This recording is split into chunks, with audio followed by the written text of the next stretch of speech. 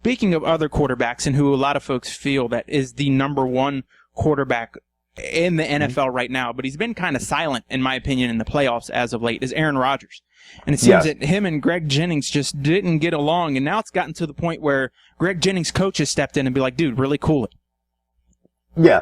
Yeah, I mean, like Leslie Frazier's the class act, the coach for the Minnesota Vikings, and he's just like, okay, you know what, man? I don't want to hear about Aaron Rodgers. He's not a Minnesota Viking. I want to hear about, if we want to hear about some news, it's going to be the Minnesota Vikings. You know what I'm saying? Not about the Green Bay Packers and Aaron Rodgers. And I think one thing I will say about Aaron Rodgers, the whole thing with Ryan Braun, him saying, I'll bet my year paycheck that Ryan Braun is clean, and that kind of backfired in his face. I think right now, Aaron Rodgers. The Hebrew Hammer is dirty as shit.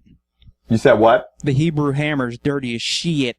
Oh, yeah. And speaking of that, real quick, did you see the woman who showed up to the Brewers game with a Braun jersey on and might have modified the jersey to read fraud? Did you see that? It said what? She took Braun, instead of saying Braun on the back, she put basically taped letters over the back so it read fraud instead of Braun. Right. The security in Milwaukee came and escorted her out of the stadium. Are you serious? Yeah, and I'm like, for what? How? What do you do? I wouldn't have left. They'd had to call the real police on me. My ignorant ass, I'd have sat right in my seat. I'm like, she was standing in line to get food.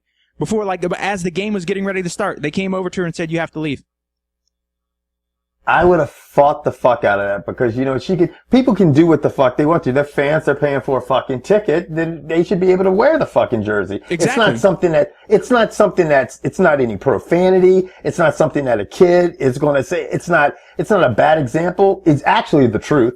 Yeah, now I understand that the stadium could technically be declared private property and laws on that property, take jurisdiction over, normal laws first. But I mean, but still, if there's no rule when I'm coming in telling me what I can and cannot wear, it's not going to incite a riot. It's not inappropriate. It's not a foul word.